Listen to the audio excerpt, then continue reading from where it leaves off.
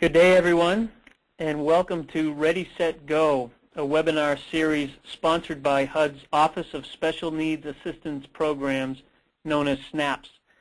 I'm John McGaugh. I work at the National Center on Family Homelessness, and I'll be moderating today's webinar. On behalf of SNAPS, I would like to thank all of you for joining us. Today's webinar is Annual Homeless Assessment Report, AHAR, an introduction to the data collection process. Next slide, please. Our presenter for today is Louise Rothchild. Louise is a senior analyst at Apt Associates, where she is currently the National Data Collection Manager for the Annual Homeless Assessment Report to Congress and works closely with the National HMIS Technical Assistance Initiative. Nicole Fiore is the Resource Advisor, or the Virtual Help Desk Representative, for today's webinar. She is also a senior analyst at Apt Associates and has done extensive work in the area of housing and homelessness. Next slide, please. Before we begin, I would like to make a couple of logistical announcements. First, today's webinar will last approximately 1 hour, and it is being recorded. The webinar recording and PowerPoint presentation will be posted next week on the HUD Homelessness Resource Exchange website, www.hudhre.info. Also, as an attendee of this webinar, your microphone will be automatically muted. We recommend using your phone rather than your computer speakers to hear the audio for today's presentation. Due to the large number of attendees, also, there may be a slight delay in the advancement of the slides, so we ask you to be patient should that occur. Next slide, please. If you experience any other technical difficulties, please request assistance by using the questions box in your GoToWebinar toolbox. The questions box is also the place you can submit your content questions. All of your questions are important, and due to the volume of questions or other issues, we may not be able to address them all at this time. If we don't answer your questions, please submit them to the Virtual Help Desk, and remember to reference this presentation, Annual Homeless Assessment Report, AHAR, an introduction to the data collection process in your question. Next slide, please. We'll also send you a brief webinar evaluation at the email address through which you registered for today's webinar. Please respond to the evaluation so we can continue to improve the delivery of future webinars. As a reminder, participants in this call are muted, as mentioned before, but you can submit any questions that you have via the GoToWebinar toolbar on your screen. Also, the presentation slides for this webinar are available now to access and follow along with us. As attendees, you may access these slides by navigating to your questions box in the GoToWebinar toolbar and selecting the URL listed there in the welcome pages. Next slide, please.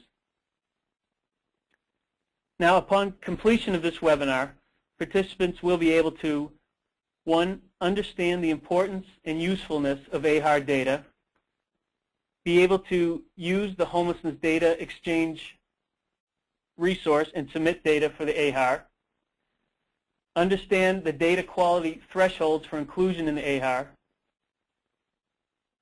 and that's it, those 3. And with that, next slide, please.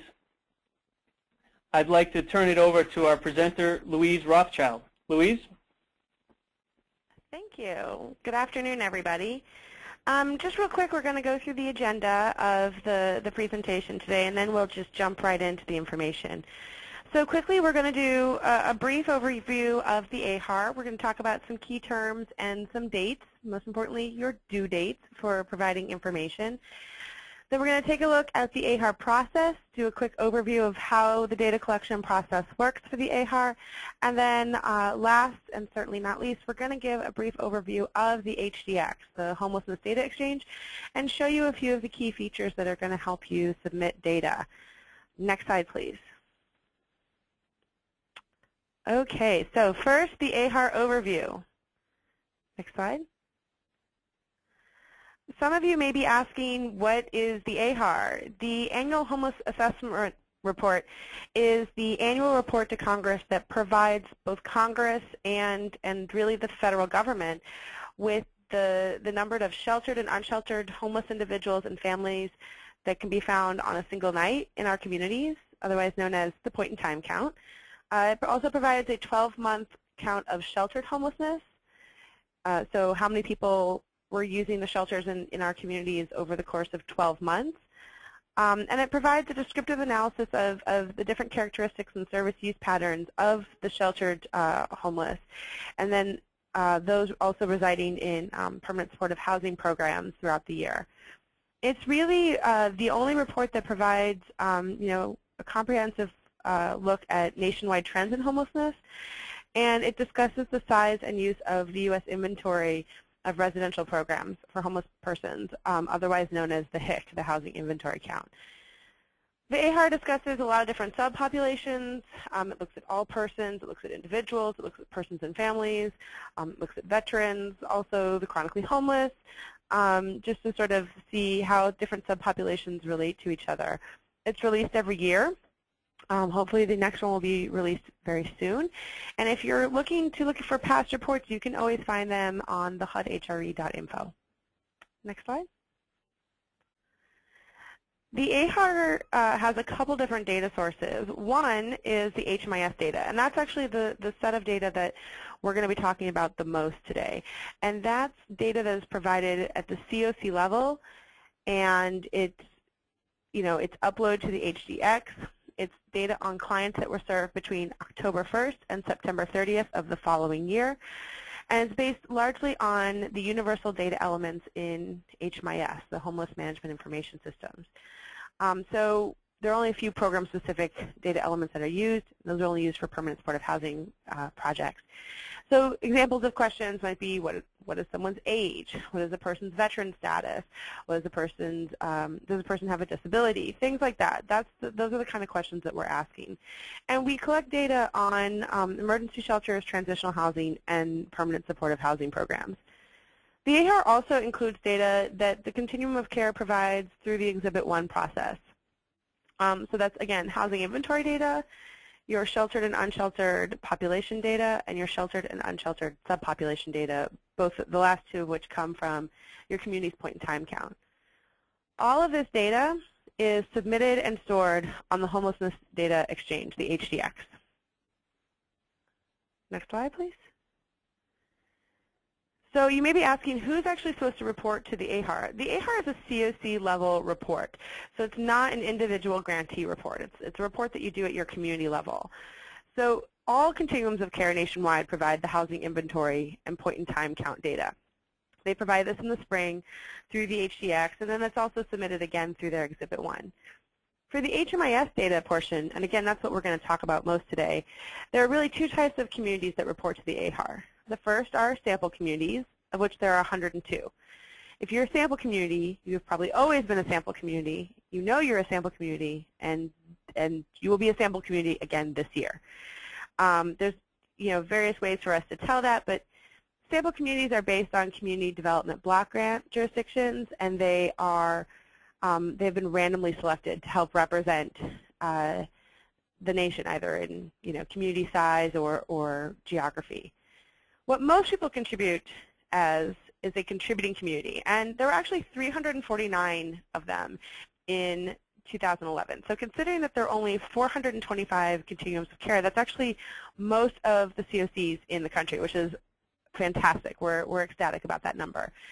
The contributing communities are COCs that volunteer to provide their COC-wide data, not just based on one jurisdiction or one geocode, but for their entire COC. And we definitely appreciate all of that work. Just all COCs with adequate data quality can participate, and that's a really big thing. We don't exclude any continuum of care unless their data does not meet the data quality thresholds, which we are going to discuss coming up. Next slide. So why is the AHAR so important? Why do we do these trainings every year? Why do we talk about it and spend 3 months cleaning data for this report? The AHAR is really the primary source of data on the extent and nature of homelessness nationwide. The AHAR data is being used to measure progress against the nation's plan to end homelessness, which is a really big deal. We have a strategic plan. It is a benchmark. We need to figure out, how we're doing against this benchmark, and the AHAR really provides that provides the way to measure that progress. A lot of times communities, they only really look at their data once a year, which is unfortunate, but we're happy they do it at least once. And they can use the AHAR to learn a lot about their own homeless population and take a greater stake in their data quality. HUD also considers AHAR participation a benchmark of a high-quality HMIS implementation and asks questions about it on the funding application. So, as you may be doing the funding application when it comes up, it will ask you if you've participated in the past and if you'll be participating in the future. And HUD sees that as a benchmark of whether or not your HMIS is actually taking in good, high-quality data. Next slide, please. When you report data to the AHAR, you report it in a number of different reporting categories.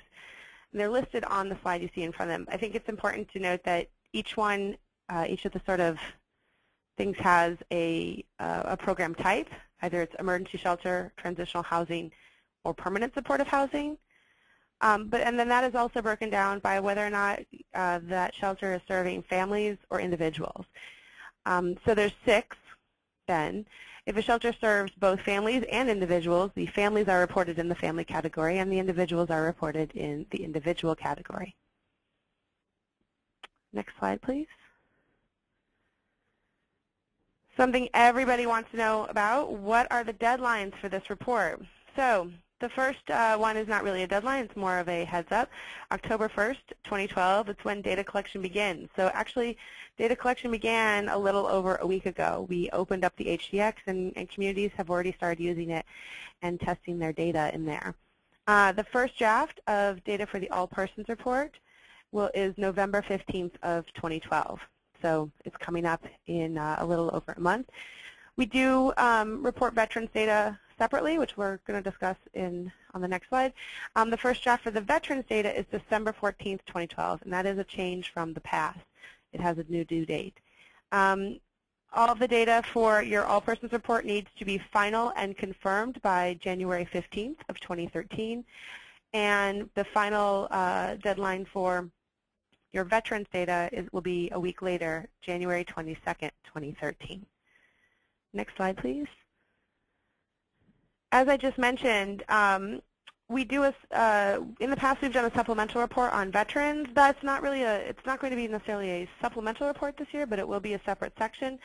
And so we are continuing to ask communities to provide data for all persons that use their shelter, and then provide a subset of data just on the veterans who've used their shelter so we can learn more about them. The questions are all the same, it's just that they are limited to veterans. So if a vet comes into a shelter, it does not matter if that shelter is a veteran shelter or not. We're going to want to know about them separately in the veterans report. If they come into a VA shelter as well, or a VA program, we're going to want to know about them then as well. Next slide, please. So let's talk data quality thresholds. This is really important because, as I said, we are happy to accept data from every continuum of care that can provide it, but we need that data to meet some data quality thresholds so that we know that we are really getting accurate numbers from everyone, and that when we put together the report and provide the report to Congress, that we're providing them with the most accurate accounting of homelessness in the country that we can. So it's also really important to know that continuums of care can participate in all or just a few categories. It's not an all or nothing situation. If you have amazing data for emergency shelter for families, but horrible data for emergency shelter for individuals, submit the emergency shelter for families data, and we judge that separately than the data for the individuals. And of course we want every continuum to get all 6 categories in, but we know that that might not be possible. You should submit for as many as you think are possible. Each reporting category is assessed independently, and we use 3 major thresholds. We use a few other ones, but we use 3 major ones that communities really need to worry about. One is that each category has to have 50% HMIS bed coverage. So what that means is over half of the beds in that category for that community have to be participating in HMIS. Obviously, the closer to 100 that gets, the better. We love it when it gets to 100. But we'll work with the community as long as it's above 50%. And unfortunately, we don't round up, so it has to actually be 50% or above. The second major data quality threshold is reasonable bed utilization rates. A bed utilization rate just tells us, what the capacity was for the community and how many people were actually utilizing those beds. We find that shelters are typically 65 to 105% utilized, or 65 to 105% full on any given night. Obviously, sometimes they are, more full, they go above 105%, and sometimes they're less full for completely legitimate reasons. And when that happens, we just want you to leave us notes and let us know that the numbers are outside of that range, and let us know why, so that we can sort of assess that information. But again, we use this as sort of a benchmark for data quality, and we'll get into a little bit of why. We also look at your missing data rates. We look for reasonable missing data rates. A lot of communities want us to give them a number, 5%, 10%, 25%, and that's difficult to do for us. I would say that we start to worry above 10%. It doesn't mean that you won't get your data in, but we do like the lowest possible missing data rates that you can provide us. And we hope that if they are high, you will continue to work on them year after year. Next slide, please. To help you judge your data throughout the year, we've created a website called the HDX Sandbox. And the Sandbox is what's called a dummy site. It's called the Sandbox because it is literally a place for you to go and play. And so we ask that you access the Sandbox, and you can put your data in there, and it has all of the same flags as the regular website. And you can judge your data throughout the year. So you can run your data for the first 6 months, go through, upload it to the Sandbox site, and see where your data quality problems are automatically, because it has lots of built-in checks. You can then, maybe upload it again at 8 months and keep seeing, whether or not you're meeting your data quality thresholds and you're meeting your own benchmarks. It's important to know, though, that if you put data into the Sandbox, we cannot transfer it to the live site. And submitting data in the Sandbox does not mean that you have submitted data to the AHAR. We won't review it if it's in the Sandbox automatically. So it's a great place to check your data when we're not already doing data collection. Since data collection has already started, there's really no need for you to put data in the Sandbox right now. You can put it in the live site. But it's a nice, handy site to use to check your data as it goes on. Next slide, please.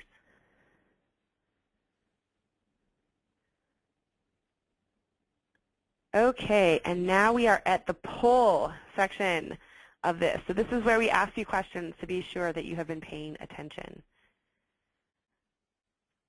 The first poll question is, the reason or reasons why the AHAR is important is it's A, the nation's primary source of information on homelessness, B, an overview of homelessness within each community, C, a good gauge of each COC's HMIS implementation, D, helpful on a COC's funding application, or E, all of the above. And we'll give you a few seconds to respond to the poll.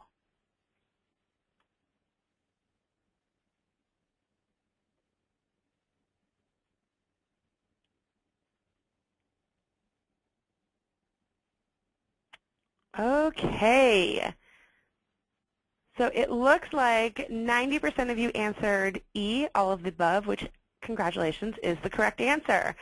It is, in fact, every single one of these things: a primary source of information, an overview of homelessness, a good gauge of an implementation, as well as helpful on your funding application. Good work, everybody. Let's go on to question number 2. The data quality thresholds for participation in the AHAR are: number 1, 50% HMIS bed coverage. Number 2, reasonable bed utilization rates, typically between 65 to 105%. C, reasonable missing data rates, or D, all of the above. Give you another few seconds to answer.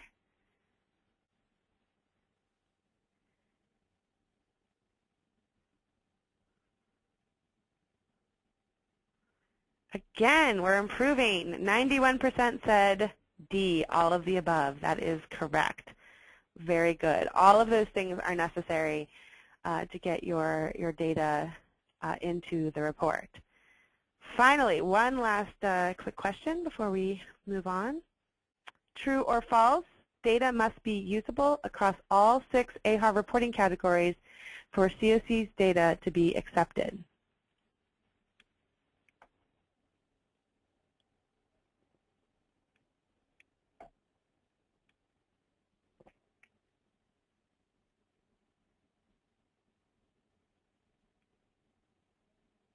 Woohoo! We have 89% responded with false, and that is the correct answer. While we would love data to be usable across all 6 of your AHAR reporting categories, we will accept data from fewer. We accept them each, we judge each one separately. So you don't have to get all 6 in to be considered as providing acceptable data. Good work, everybody. Let's move on. Now we are going to talk briefly about the AHAR process. So this is the process for actually submitting data to the AHAR data collection team. Next slide. So there's a few things that you as a continuum of care and you as an HMIS system administrator can do to prepare for the AHAR. And there is some level of prep that's involved. You know, it's good to always, run your local reports and start cleaning data. We definitely recommend that you consider doing this, halfway through the year, every month if you can, just going through and running data and checking it and cleaning it. Because once you clean data once, it's always clean. So it can cut down on some of the work. But check your bed utilization rates. Find missing data if at all possible. And when it's not data collection time, run your test data through the HDX and see what sort of flags are coming up. You can always attend trainings, just like this one, about how to use the HDX and submit data. You can also download and read the AHAR guide and the FAQs from the HDX. We updated the guide last year and the FAQs. We are updating them again this year, but I know they're not quite up yet. If you download last year's, though, you'll get, there's not a lot of changes. So it's still a perfectly usable guide and set of FAQs. It's also important to confirm HIC bed numbers and bed coverage in the HDX. So go log into the HDX, take a look at your HIC. Start figuring out how many beds are in HMIS, how many beds are not, and then start preparing notes for your data collector on what may have changed since the data was submitted last. We'll go through and show you where to submit those notes. But in general, your AHAR data collector is going to have a lot of questions for you, and it's always helpful if you already have some of the answers. And then, as always, be aware of the reporting deadlines. Put them on your calendar. Be sure you know who's going on vacation when, so you know who you need to ask questions from beforehand, and just keep them in mind. We do not provide extensions on deadlines for the AHAR, so it's very important to know when things are due. Next slide, please. So this slide shows a pretty handy-dandy flowchart, if I do say so myself, of how data submission actually works. We're going to walk through it really quickly. So the first thing the COC does is it enters the HDX, it signs on, it figures out who the heck is going to be submitting, and it submits data into the HDX. And you can do that through, XML upload. You can do it by keying in data. Either way, it does not affect the submission process. So you enter your data, you answer all the questions, and you click Submit. What will happen is an email notice will pop up to both you as the person who submitted and your AHAR data collector. And the AHAR data collector will know then to go into the system and start reviewing your data based on the data quality thresholds that we talked about earlier, as well as a few other things. What will happen is once the data collector gets through your review, they'll ask themselves, is AHAR data complete? Usually on the first try, the answer is, unfortunately, no. It is not complete. It's perfectly fine.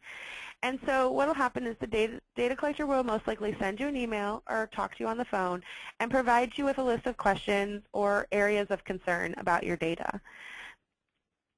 You will then be expected to, as a continuum of care, go back and fix the issues or provide explanations for the problems that we're seeing.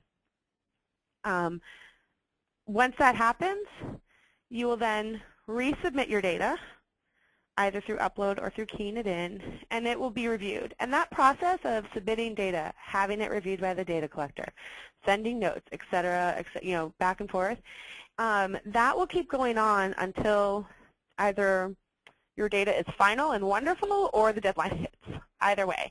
Most communities, I think, can expect to do 2 to 3 drafts of their data in the data collection period. That's why it's really important that you submit data early, not just on the deadlines. So that way, you're not caught with no time to fix. You want as much time to fix your data as possible. At some point, though, like I said, you'll submit your AHAR data, and the data collector will say, "Is this data complete?" And the answer will be yes. The data is complete. It is error-free. And so what will happen is we'll mark it as complete, and we will send you a note with a report and ask you and representatives from your community to confirm that the data is representative and accurate for your community. Once that is determined, then we will mark the data as usable or not usable. And the marking of usable and not usable won't happen until after the final deadline. So you could, submit all of your data and have it in by January 3rd, say. That would be wonderful. And you could confirm it's accurate, and then you could find out on, January 10th that in reality something's actually really wrong with the data, and you have to resubmit it. We will happily reopen the data for you. We will go through the process again. As long as it is perfect and accurate on the 15th when we shut everything down, then you're fine. So the goal is getting to your community to confirm that the data is accurate and reflective of the community so we can mark it as either usable or not usable. Next slide, please. Okay, so for this part, we are going to do a live demonstration of the HDX, but first we're going to go through a slide about how to log on, so we can go there. So the website where you will be submitting data is at http://hudhdx.info. Most people, I think, have seen the website or they know of the website since they've submitted data for the HIC or the point-in-time counts. But please take a minute, to go there. To log in, you do have to have an account. Those of you who are familiar with hmis.info, if you had an account there, your account works on the HDX. If not, there is a, you can see it circled in red. There's a place where you can create an account with your email address so that you can log in. After you create an account, it's important to figure out who your continuum of care's primary person, as they are the person that assigns quote-unquote rights to the appropriate people. So not only do you need an account, but you need to have the ability to actually submit data, and it's your COC primary person who provides that on the HDX admin tab.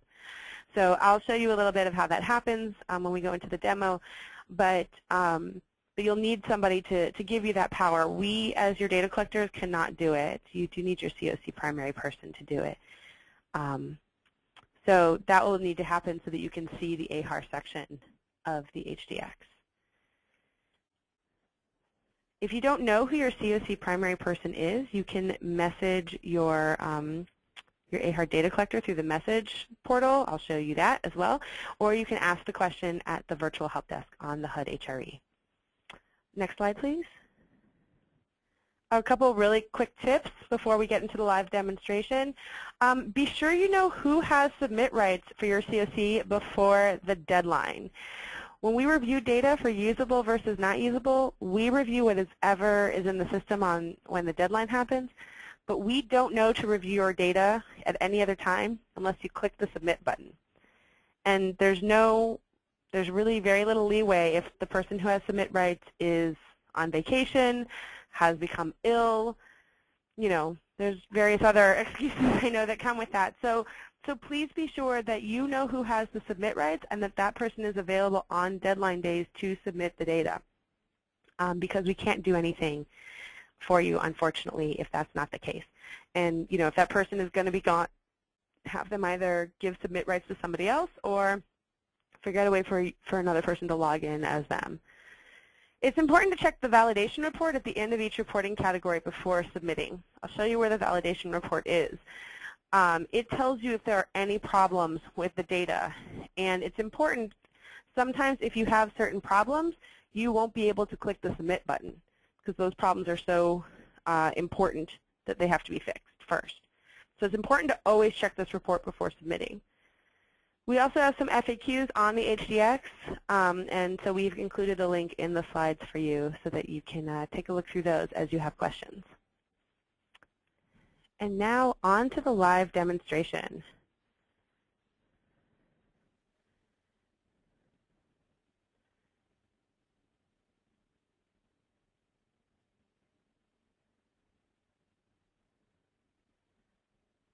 Hold on one second. Okay, so hopefully everyone is able to see the sandbox right now. It looks like you can. Okay, so I actually have you guys on the sandbox today because the regular site, which is on this tab right here, is live. And I don't want to go messing around with any community's data or anything today, so we're not going to do that. So this is the regular website. You can see the up here, the website link. But today we're going to look at the website, the sandbox, real quick. So again, this is the sandbox. You can see it's pretty identical. The first thing, again, if you haven't created an account, please go here to create an account. You'll see that it asks you for some information to create an account. It's very, very simple. The home page here, real quick, has the deadlines on the right. It provides a little bit of information about some different reports. And then as we scroll down, it has a lot of FAQs and training modules and just links to different resources for the variety of things that happen on the website. So it's a good place to start if you are having some questions. Right now, though, we are going to log in real quick. I'm going to go to the login. I'm going to log in under a different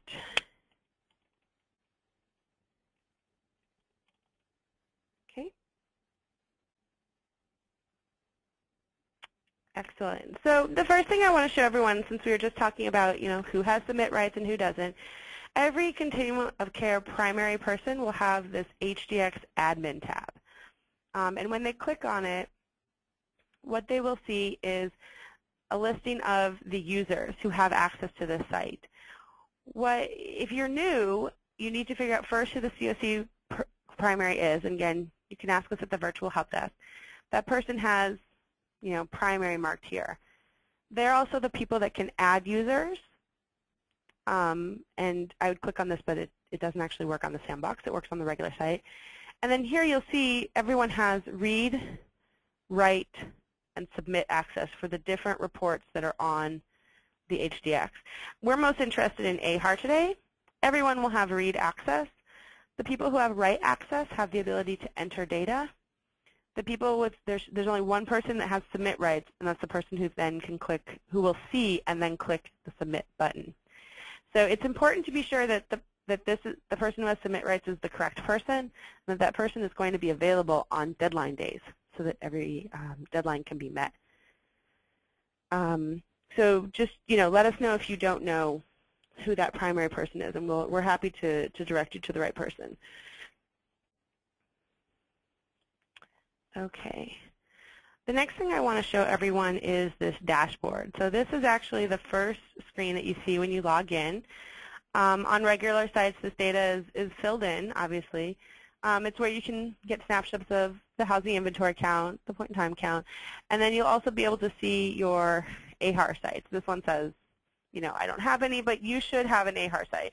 If you don't, you can actually register for new AHAR sites on the home page of the HDX. But most communities now have AHAR sites, so it's pretty rare that people would have to register for a new one. So you can either get to AHAR sites from here, or you can go primarily up to the AHAR tab at the top, which is what we're going to do today.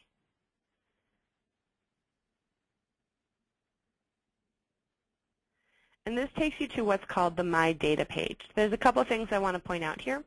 One is your continuum of care should be listed up here. If you have multiple continuums of care, they'll be available in the list. That's how you sort between them. The My Data page has a lot of information on it. One, it tells you what site name is. And you'll notice that this one has all written next to it. If you click down, there's another site just for the Veterans Report.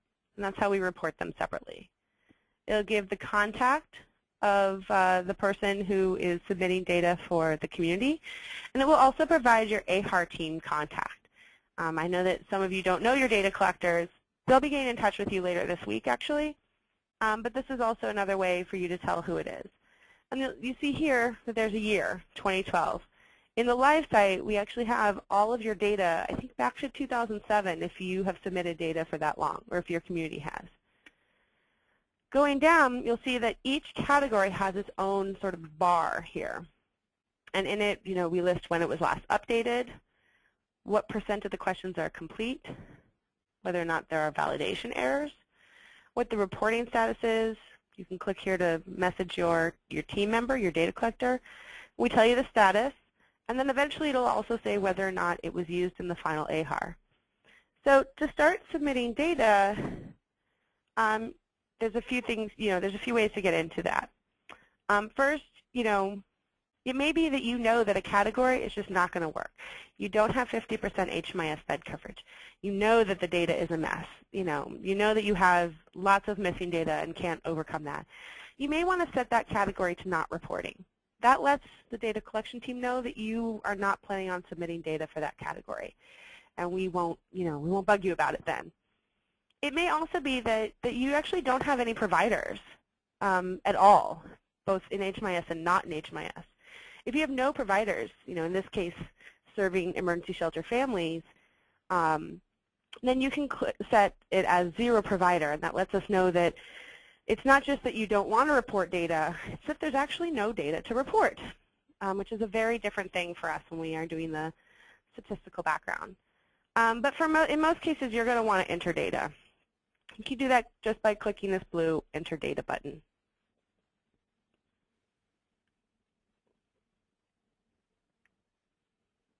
And we will let that load real quick.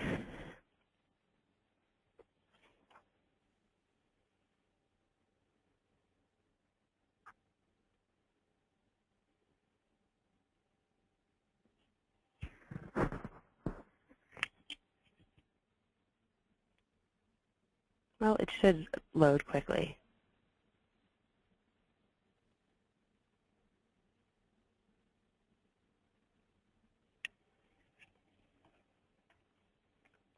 While we're waiting for this to load, just to show you, this is one place here, new message, as well as up here, messages, where you can message your AHAR team member, the data collection person who will be reviewing your data.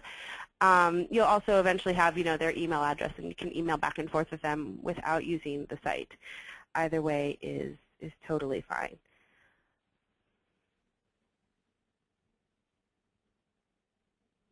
All right, well, this is taking its sweet little time. So I'm actually going to try and hop over to the live site real quick. See that works much faster at the moment. And what I'm going to do is find an AHAR site that is, well, I know, actually, hold on one second. There we go. Okay, good. So, sorry about that. So a few things I want to show when entering data. You'll see there's several boxes. This is where you put in your data. We have a log of who put in what number and when, which is very helpful. Each question has its own page. One way to get between questions is to click Save and Next or Save and Previous. Another way is to use this gray bar up here. You can bounce around between different questions if you like. Just so long as each one is answered before you click the Submit button, you should be fine. There are different flags throughout here that will tell you when numbers should be adding up and aren't. There are also warning signs that talk about where we're concerned about a number, and we'd like an explanation. Explanations should be given in the form of notes, and each page has a note section over here where it says View and Edit Notes. You click on it, a note page comes up. You can type a variety of things. We'll leave that one simple and grammatically correct, and then you just click Add a Note. And tells you when the note was added on, who it was added by, what question's on. And you can edit these notes as you go through too, which is really nice. And then the page will tell you, it'll become a 1 over there for notes, as well as up on the gray bar. So as you put in numbers, you're going to notice things happen. I'm going to put in some bed numbers here and show you what can happen. So we're putting that 50 beds are in HMIS, 100 beds are not in HMIS. So what this is saying is the bed coverage rate is low. It's at 33%. So little flags like this will pop up, and they are explained. This obviously is one where, since it doesn't meet 50% bed coverage, we wouldn't accept the data. But these are important flags, and it's important to recognize them as you're going through and just fix as many of them as possible. The one way to find them is to go to the validation report, which is up here on the gray bar, and click on it. And the report hopefully loads a little bit faster than this page did. But the report will show each and every flag that is going on. Here, try this again. It'll show each and every flag, and it'll also have a link for how you can fix that flag. And it'll take you right to the question where that flag is. So that's an important report to look at. I know that the My Data page will also tell you how many errors and how many warnings you have, but that, in order to keep the site moving at a relatively fast speed, which I know is ironic considering how slow this page is loading right now, that doesn't update quite as often as the validation report. The validation report updates almost instantaneously. Aha, here we are. So because we only put in information, it tells us about the usability warning that we have because of the low bed coverage rate. But it tells you what questions aren't complete, where you have missing fields, so that you can go through and click Fix This, and it will take you right to the page that you need to go on.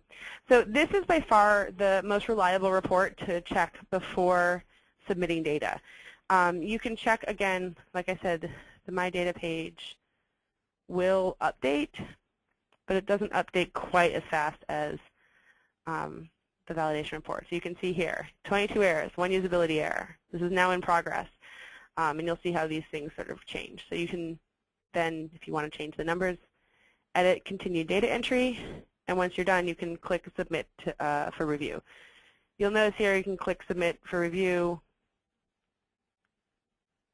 and it just tells you, you're submitting these categories. And you can leave us messages as you submit them. And then you just click Send. Again, one last thing I want to point you to before we end this demo is that there's a Reports tab, and we have a slide about that in just a minute. But also just the resources again. We'll post new information here as well as on the HRE. We definitely will post it in multiple places, and you should take advantage of that information. AHAR data collectors are always there to help you, but I know that sometimes people like to review documents before they start asking their data collector. As I mentioned earlier, if you need to register a new AHAR site, that link is right here. So we are going to go back to the slides real quick.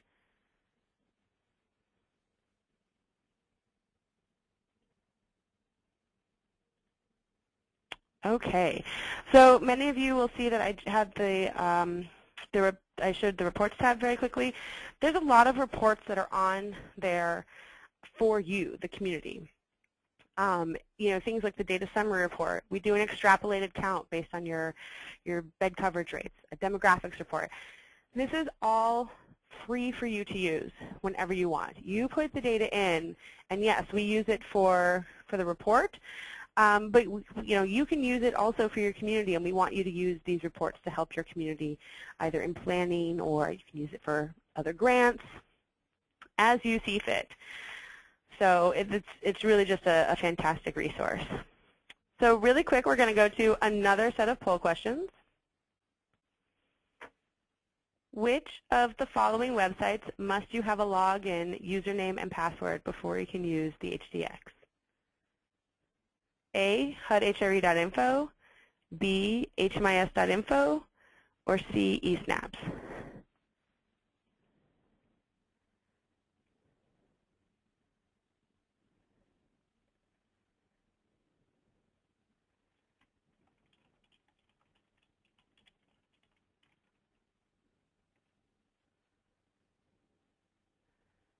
Okay, looks like kind of a mixed bag there. The answer is actually HMIS.info. It's a little confusing right now. So it looks like a little under half of you got it right. HUDHRE.info and eSnaps are two other sites, very important, but they do a little bit different stuff than HMIS.info and the HDX. Let's go to the next poll question.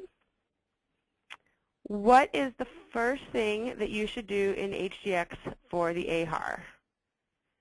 A, enter your data. B, ensure the COC contacts are correct on the HDX admin tab. Or C, change your password.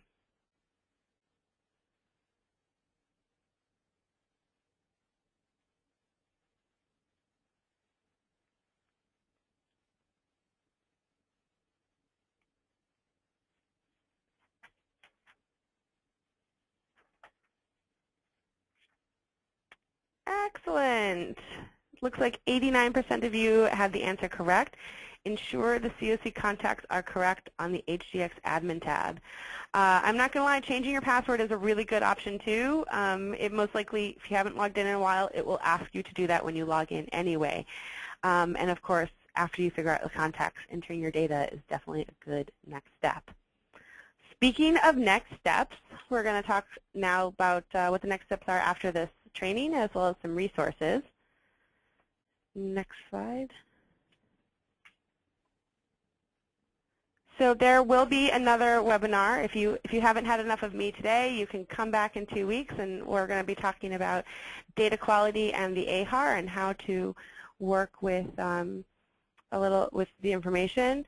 And that will be on October 23rd, 3:30 to 4:30. You do need to register separately for that, so please be sure to do that on the HUD-HRE site. And again, we'll also be talking about some guidance, the reviewing the proofing, and how to work with your AHAR data collector, which is always important. Next slide, please. It's really important to know that data collection for the 2012 AHAR has already started back on October 1st. So it's important that you check with your COC. Have you expanded your HMIS bed coverage since you did your HIC? You know, how has data quality improved? Is there a way to simplify the reporting process on your end? We're actually not trying to make more work for you, contrary to what I know some communities think. And have you identified your internal COC data review process? That should be identified as soon as possible. Don't wait till January to do it. And then finally, the next slide. We know that, I have no doubt that Nicole has answered many of your questions, and you've gotten wonderful responses, but should you have questions as you review the information, you're welcome to submit those questions to the virtual help desk. Please go there, select HDX as your program or system when asking the question, and they'll get directed to somebody on the AHAR team. And of course, you again, you will be hearing from your data collector most likely by the end of this week. And you're welcome to ask them questions as well, and they will answer them as best they can. So with that, I'm going to turn it back over to John. Thank you, everybody. Great. Thank you, Louise. Nice job. Yes, we've come to the end of the webinar, and hopefully by now we all should be able to know three things. One, to understand the importance and usefulness of the AHAR data. Two, to understand how to navigate the Homelessness Data Exchange, or HDX, to submit data for the AHAR. And three, to understand the data quality thresholds for inclusion in the AHAR. So thank you again all for taking the time to attend. And as Louise mentioned, if you submitted a question we did not answer, submit it through the virtual help desk, and we'll be sure to answer it. Also, please complete the online survey to tell us how well this webinar met its objectives. And a final note, we're excited to begin offering attendees of this webinar and all future Ready, Set, Go webinars the ability to mark this course as complete in the Learning Management System, or LMS, so that you can add it to your learning transcript and track your learning. You'll receive a link via email to complete both later today. Looking forward, please join us October 16th for the very next webinar in this series, and that's titled Implementing the HEART Act, the Emergency Solutions Grant Program. So once again, on behalf of the SNAP's office, thank you, and enjoy the rest of your day.